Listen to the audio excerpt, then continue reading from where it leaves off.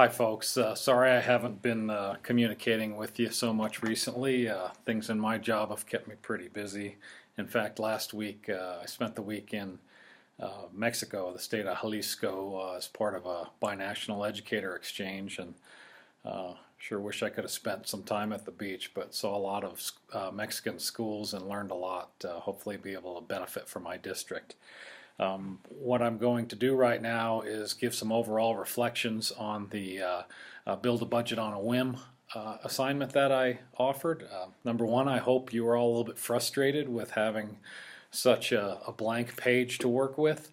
My goal in doing that is to have you think from scratch about what it takes to develop a budget. I hope most of you found it's not as easy as you would think.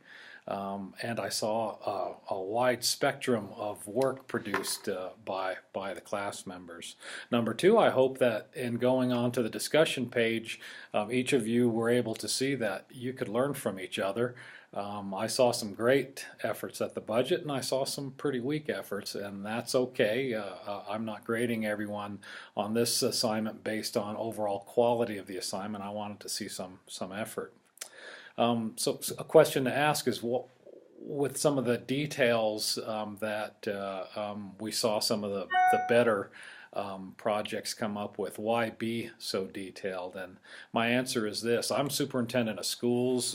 Maybe you'll be that someday, but maybe you're going to be a program leader or a business a building leader, and once in a while the purpose of creating a budget is to get justification for receiving the funds. If you find something's going on in your school that, especially with student achievement, that a solution could be an after-school program or a summer program, I think it's a very smart thing for you to go ahead and make the effort to draw up a real detailed description of the program and include with that a very detailed cost analysis in the form of a budget.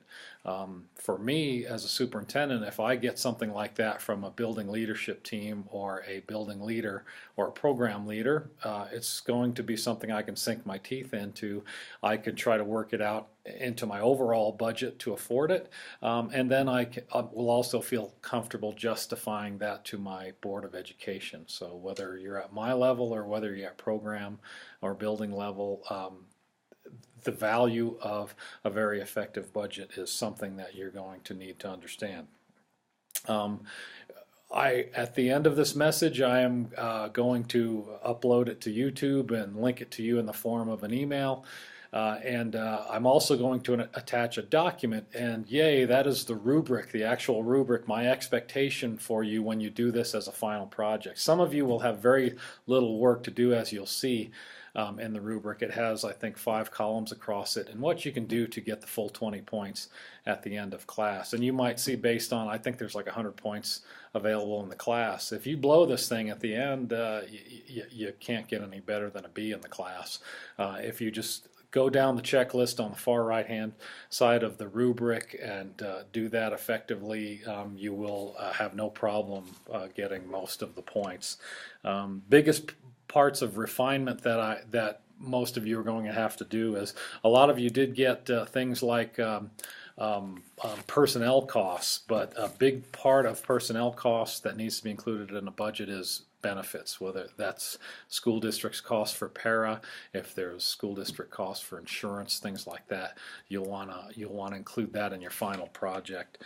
I really liked the folks who put the actual schedule of what was going on in there. That's not necessarily a must, but boy, that's a little bit of bonus for you if you can pull that off. And the other thing is, you're going to want to do between now and when you do this final project, and this will be due like the last week of class, and I'll put it up hopefully pretty soon, is you're going to want to go for realistic costs. I'm not going to pick on anyone in particular, but there was one summer school program that included $18,000 for field trips, and we're public educators. I'm not sure what chance there is to get that into your budget. So you're going to, some people were looking to pay teachers $15 per hour, some, $30 per hour or more. You're going to want to look into your system your local culture, your local ability to pay, and you're going to want to make sure that those costs that you are budgeting in are realistic. The easiest way to do that is to contact your school district business manager or someone in the business office and say, hey, if we do a summer school program, how much would I need to, is there something in our master contract as to what I would need to pay our teachers per hour, things like that. So great job. I'll get feedback to you on the next assignment within the next 2 days, and look forward to talking to you again.